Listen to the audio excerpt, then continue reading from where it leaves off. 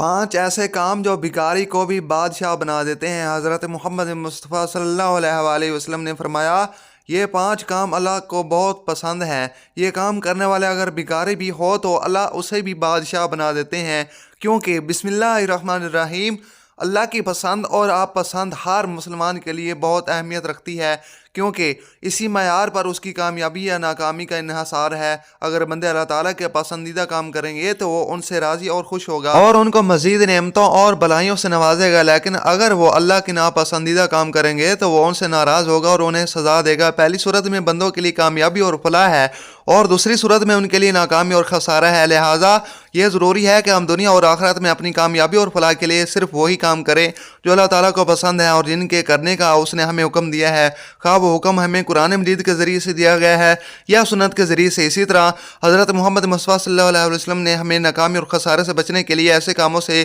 باز رہنے سے حکم فرمایا ہے جو اللہ تعالیٰ کو ناپسند ہے اور جن سے اس نے ہمیں منع فرمایا، خواہ وہ ممانعت قرآن میں کی گئی ہو یا سنت میں۔ ایمان کا تقاضا بھی یہ ہے کہ ایسے کام کیے جائیں جن سے اللہ اور اس کا رسول صلی اللہ علیہ وسلم راضی ہو، جیسا کہ ارشاد باری تعالیٰ ہے، اللہ اور اس کے رسول صلی اللہ علیہ وسلم زیادہ حقدار ہیں کہ انہیں راضی کریں۔ اگر وہ مومن ہے، اس کے علاوہ ہر مسلمان اللہ تعالیٰ کی اطاعت اور اس کے رسول صلی اللہ علیہ وسلم کی اطاعت کا پابند ہے۔ ابن مسعود رضی اللہ تعالیٰ عنہ نے نبی کریم صلی اللہ علیہ وسلم سے اللہ کی خاطر کیے جانے والے نیک اعمال کے بارے میں دریافت کیا کہ اللہ تعالیٰ کو ان میں سے کون سا عمل سب سے زیادہ محبوب ہے، کیونکہ عمل جتنا زیادہ اللہ تعالیٰ کا محبوب ہوگا اتنا ہی اس کا ثواب زیادہ ہوگا۔ آپ صلی اللہ علیہ وسلم نے وضاحت کرتے ہوئے فرمایا کہ اللہ کے نزدیک سب سے زیادہ محبوب عمل فرض نماز کو اس کے اشارے کی طرف سے مقرر کردہ وقت میں ادا کرنا ہے، کیونکہ یہ اللہ تعالیٰ کے بلاوے کو قبول کرنے میں پیش قدمی، اللہ کے حکم کی تعمیل اور اس کے عظیم فرض کے اہتمام کا مظہر ہے۔ ابن مسعود رضی اللہ تعالیٰ عنہ کی نیکی میں رغبت رکھنے کی وجہ سے انہوں نے اس پر اتفاق نہ کیا، بلکہ آپ صلی اللہ علیہ وسلم سے اللہ تعالیٰ کے پسندیدہ اعمال میں سے دوسرے درجے کے لیے کامل کے بارے میں پوچھا تو آپ صلی اللہ علیہ وسلم نے فرمایا، والدین کی فرما برداری کرنا پہلا نیک عمل محض اللہ کا حق ہے، جبکہ دوسرا محض والدین کا حق ہے، اور والدین کے حق کا درجہ اللہ کے حق کے بعد آتا ہے، بلکہ اللہ سبحانہ و تعالیٰ نے اسے اتنی اہمیت دی ہے کہ قرآن کریم کے کئی مقامات پر اللہ تعالیٰ والدین کے حق اور ان کے ساتھ حسن سلوک کو اپنی توحید کے ساتھ ملا کر ذکر کیا ہے، کیونکہ آپ کے وجود کا سبب ہونے کا، آپ کی تربیت اور پرورش اور آپ پر شفقت و مہربانی کرنے کی وجہ سے والدین کا یہ حق واجب ہے۔ ابن مسعود رضی اللہ تعالیٰ عنہ نے نبی کریم صلی اللہ علیہ وسلم سے مزید سوال کیا، جو خیر کی بات بتانے میں بخل نہیں کرتے کہ اہم ترین ایک اعمال کے اس کے سلسلے میں اس کے بعد والا درجہ کس نے پھر کتنے اعمال کا ہے؟ آپ صلی اللہ علیہ وسلم نے فرمایا، اللہ کی راہ میں جہاد کرنا یہ اسلام کی چوٹی اور اس کا ستون ہے، اسی سے اسلام کا وجود ہے اور اسی سے اللہ کا حکم سر بلند ہوتا ہے اور اس کا دین پھیلتا ہے، اس کو چھوڑ دینے میں اسلام کی انتہا ہے۔ مسلمان زوال اور انحطاط کا شکار ہوتے ہیں، اس کی عزت چلی جاتی ہے، ان کا اقتدار چھن جاتا ہے اور ان کی سلطنت و حکومت زوال پذیر ہو جاتی ہے۔ جہاد فی سبیل اللہ ہر مسلمان پر تاکید کے ساتھ فرض ہے، بس جس نے جہاد نہ کی ہو اس کے دل میں جذبہ و جہاد پیدا ہوتا ہے، گویا وہ نفاق کی ایک شخص مرا۔ ناظرین، آج کی اس ویڈیو میں ہم آپ کو بتائیں گے غریبوں کو بادشاہ بنا دینے والے 5 کام۔ انسان اپنی زندگی میں جو کام پسند کرتا ہے اسے بڑے شوق سے سر انجام دیتا ہے، جو کام پسند کرتا ہے اسے بڑی ہی دلچسپی سے انجام دیتا ہے، لیکن کئی کام ایسے بھی ہوتے ہیں جو انسان کو زوال کی طرف لے جاتے ہیں، جبکہ کچھ کام ایسے بھی ہوتے ہیں جو انسان کو عروج کی طرف لے جاتے ہیں۔ کچھ کام ایسے ہوتے ہیں جو انسان کو تنگی کی طرف لے جاتے ہیں، جبکہ کچھ کام ایسے ہوتے ہیں جو انسان کو آسانی کی طرف لے جاتے ہیں۔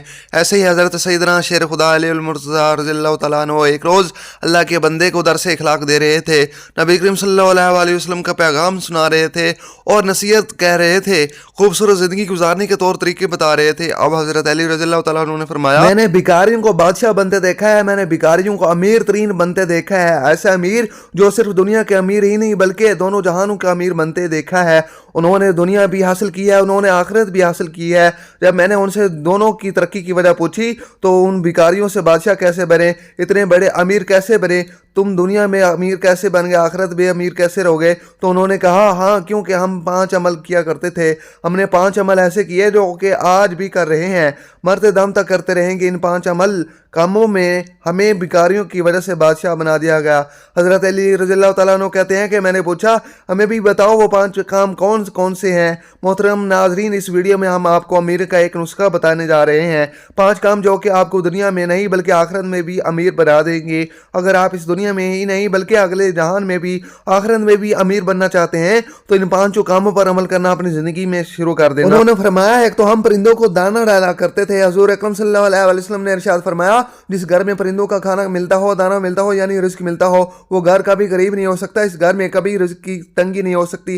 अल्लाह रब्बुल इज्जत उस घर का रिस्क कम नहीं करता। उस घर से परिंदे पलते हों, उस घर से दाना मिलता हो, परिंदों को पानी मिलता हो। फरमाया परिंदे तुम्हारे घरों के ऊपर से गुजरते हैं और कोई परिंदा तुम्हारे घर में आ जाए या कोई भी जानवर तुम्हारे घर में आ जाए तो फरमाया कि उनके लिए अनाज रखा करो, दाना डाला करो। अगर भूखा है तो दाना डाला करो, अगर प्यासा है तो पानी पिलाया करो। अल्लाह ताला एक मखलूक दूसरी मखलूक की भूख मिटाती है, प्यास मिटाती है, तो अल्लाह ताला ये अमल इतना पसंद करता है कि फरिश्तों में बैठकर मुस्कुराता है जब एक मखलूक दूसरी मखलूक पर एहसान करती है।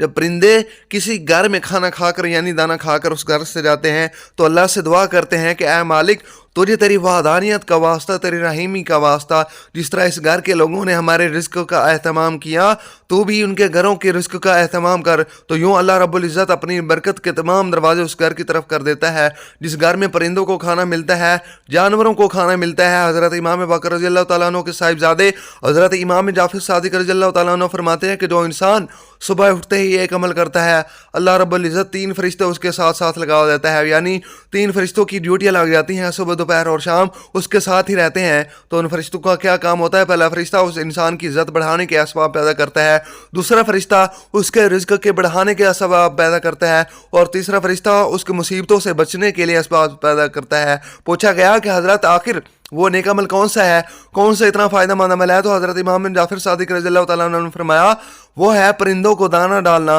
जो शख्स सुबह सवेरे उठकर दूसरी मखलूक को खाना देता है, अल्लाह ताला उस पर फरिश्तों की ड्यूटियाँ लगा देता है। उसके बाद हज़रत अली रज़ियल्लाहु तआला अन्हु ने फरमाया उस शख्स ने कहा उनका दूसरा अमल यानी दूसरा काम वो जो करते हैं वो ये था कि वो गरीबों की मदद किया करते थे। जो शख्स गरीबों की मदद करता है वो ज़िंदगी में कभी भी गरीब नहीं होता। बंदे की इबादत बंदे को उस मकाम तक नहीं पहुँचाती जितना कि गरीब की मदद पहुँचा जाती है, जहाँ गरीबों की खिदमत पहुँचा देती है। जब गरीबों की खिदमत की बात आती है तो नबी करीम सल्लल्लाहु अलैहि वसल्लम के कदमों में बैठने वाले सैयदना हज़रत अबू बकर सिद्दीक़ रज़ियल्लाहु तआला अन्हु से बढ़कर अच्छा हुक्मरान दुनिया में कोई नहीं आया। इसी तरह हज़रत सैयदना उमर फारूक रज़ियल्लाहु तआला अन्हु से बढ़कर कोई बादशाह नहीं आया। सखावत में हज़रत सैयदना उस्मान गनी रज़ियल्लाहु तआला अन्हु से बढ़कर कोई हुक्मरान नहीं आया और इल्मी रियासत में हज़रत सैयदना अली मुर्तज़ा रज़ियल्लाहु तआला अन्हु से अच्छा हुक्मरान इस दुनिया में नहीं आया। कोई ऐसा मशहूर और मारूफ बादशाह नहीं गुजरा कि 1400 साल गुजरने के बाद जिनके नाम के नारे लगते हों। गरीबों की मदद की बात आती है तो कांधे पर बोरियां लाद लाद कर ले जाते और गरीबों की मदद किया करते थे, गरीबों को खाना खिलाया करते थे। एक दफ़ा की बात है, एक बद्दू था जिसकी बीवी हामला थी, बच्चे की पैदाइश का वक्त करीब था, जबकि घर में 1 रुपया भी नहीं था। उसके बाद अब लोग परेशान थे कि घर में 1 पैसा भी नहीं है जबकि बच्चे की पैदाइश का वक्त करीब है। वो हमसायों के पास गए और हमें कुछ कर्ज दे दे। उन्हें कहा कि हमें कुछ ना दिया तो बद्दू के जहन में एक तरकीब आई कि क्यों ना मदीने चला जाऊं। हज़रत सैयदना उमर फारूक रज़ियल्लाहु तआला अन्हु के पास चले जाऊं, उनके सामने जाकर फरियाद करूं, अर्ज करूं, वो मेरी ज़रूर मदद करेंगे। ये बद्दू अपनी हामला बीवी को लेकर मदीने की तरफ चला गया। चलते चलते जैसे ही मदीने के सरजमीन पर कदम रखा, शाम हो गई, रात ढलने लगी, बच्चे की पैदाइश का वक्त करीब था। उसने बीवी को कहा क्यों ना हम यहीं खैमा लगाकर रात बसर कर लेते हैं, सुबह होते ही हज़रत उमर फारूक रज़ियल्लाहु तआला अन्हु के पास चले जाएंगे। रात में ये लोग वहीं ठहरे। रात का दूसरा पहर जब आया तो बीवी का दर्द बढ़ गया, वो दर्द से चीखने लगी। बच्चे की पैदाइश का वक्त करीब है और ये बीवी को हौसला दे रहा है। अभी फजर होने वाली है, चलते हैं हज़रत उमर फारूक रज़ियल्लाहु तआला अन्हु के पास अपना मसला हल करवाते हैं। हज़रत सैयदना उमर फारूक रज़ियल्लाहु तआला अन्हु की आदत थी कि आप रात के दूसरे पहर मदीनों की गलियों में गश्त किया करते थे। फरमाया करते थे कि मेरे हुक्मरानी में अगर कोई कुत्ता भी प्यासा मर गया तो हिसाब उमर को देना पड़ेगा। उस रात भी हज़रत उमर फारूक रज़ियल्लाहु तआला अन्हु मदीने की गलियों में गश्त फरमा रहे थे। आप रज़ियल्लाहु तआला अन्हु ने दूर से देखा कि खैमे में आग जल रही है।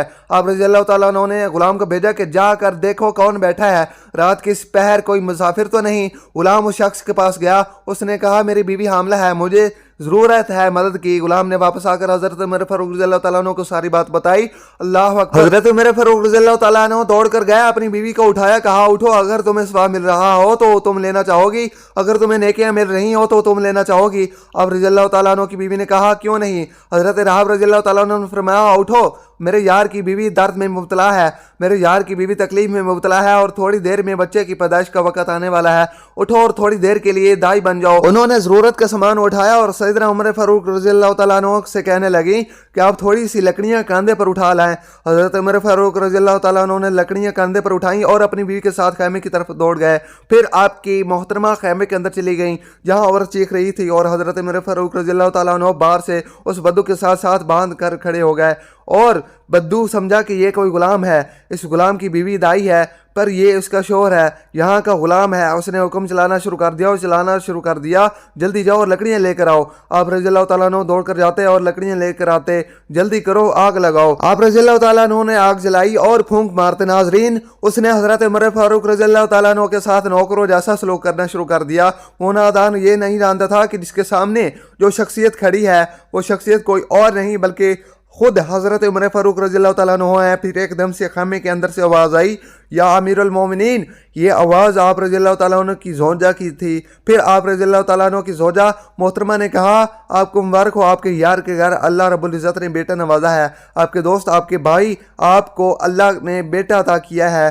फिर जैसे ही बेगम साहिबा ने आप रज़ियल्लाहु तआला अन्हु को या अमीरुल मोमिनीन कहा, बद्दू के पाँव तले से ज़मीन निकल गई। सोचा क्या यही अमीरुल मोमिनीन है। फ़ौरन अमीरुल मोमिनीन के पैरों में गिर गया और कहने लगा, या अमीरुल मोमिनीन मुझे माफ़ कर दीजिए, ये बात आंखें ना पहचान सकी आप कौन हैं। अमीरुल मोमिनीन ने उसे उठाया और अपने सीने से लगाया और रो रो कर कहने लगे, बद्दू तू जानता नहीं ये मदीनातुल मुनव्वरा है, ये मेरे प्यारे रसूल सल्लल्लाहु अलैहि वसल्लम का शहर है। यहाँ अमीरों का नहीं गरीबों का इस्तकबाल होता है, यहाँ तो गरीबों को इज्जत मिलती है, यहाँ तो गरीबों की मदद की जाती है, यहाँ तो गरीबों को बादशाह बनाया जाता है। इसी वाक़ये से हमें पता चलता है कि गरीबों की मदद करने वाला कभी गरीब नहीं होता, गरीबों की ज़रूरत को पूरा करने वाला कभी खुद गरीब नहीं होता। इसलिए वो लोग कहते थे हमारी अमीरी बनने की वजह फिर गरीबों की मदद करना है। तीसरा काम यह था कि वो अपनी औलादों को हलाल लुक़मा खिलाया करते थे और चौथा काम अपने वालिदैन की खिदमत किया करते थे। पांचवा काम वो कभी नमाज में सुस्ती नहीं किया करते थे। उन लोगों ने यह भी कहा कि हम आज भी इन पांचों बातों का दामन पकड़े हुए हैं, इस वजह से हम दिन ब दिन और बुलंदी की तरफ जा रहे हैं।